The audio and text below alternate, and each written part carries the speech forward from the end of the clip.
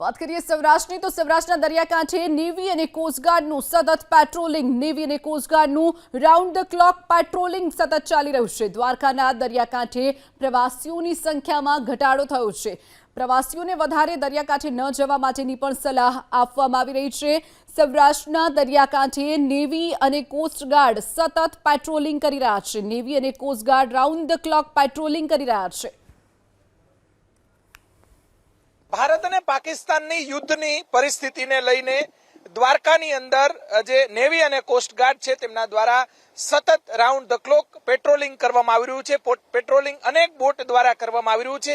સુરક્ષાની દ્રષ્ટિએ આપણે બોટ નહીં બતાવીએ, પરંતુ જોઈ શકાય છે કે અરબી સમુદ્રની અંદર જે રાષ્ટ્રીય અને રાજ્ય લેવલની તમામ સુરક્ષા એજન્સીઓ છે તે સતર્ક છે। જે સોમનાથથી લઈ અને કચ્છ સુધી, જે દ્વારકાથી લઈ અને પોરબંદર સુધી આ તમામ જે એજન્સીઓ છે તેમના દ્વારા આ રીતે જે સુરક્ષા ગોઠવી દેવામાં આવી છે।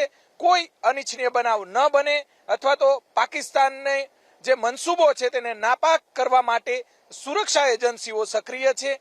દ્વારકાના દ્રશ્યો બતાવી રહ્યા છીએ કે જ્યાં વિશાળ સમુદ્ર, અરબી સમુદ્ર આવેલો છે અને સમુદ્રને પેલે પાર પાકિસ્તાન આવેલું છે અને પાકિસ્તાનની તમામ ગતિવિધિઓ પર સુરક્ષા એજન્સીઓ છે તે અત્યારે નજર રાખી રહી છે। ગઈકાલ રાતથી રાઉન્ડ ધ ક્લોક પેટ્રોલિંગ હાથ ધરવામાં આવ્યું છે। બીજી તરફ જે દ્વારકાની અંદર જે પ્રવાસીઓ છે, યાત્રાળુઓ છે તેની સંખ્યામાં જબરજસ્ત ઘટાડો થયો છે।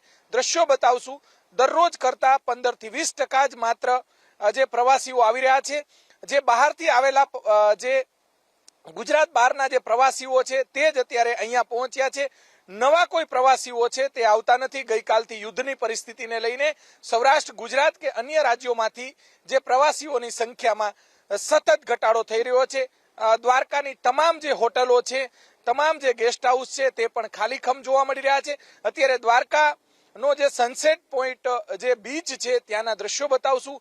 ખાલીખમ બીચ જોવા મળી રહ્યો છે। આ તરફ સોમનાથ અને અલગ અલગ યાત્રાધામ સ્થળો છે, ગીર, આ તમામ જે યાત્રાના સ્થળો છે અથવા તો ફરવાલાયક સ્થળો છે ત્યાં પ્રવાસીઓની સંખ્યામાં સતત ઘટાડો થઈ રહ્યો છે। બીજી તરફ સુરક્ષા એજન્સીઓ સક્રિય છે।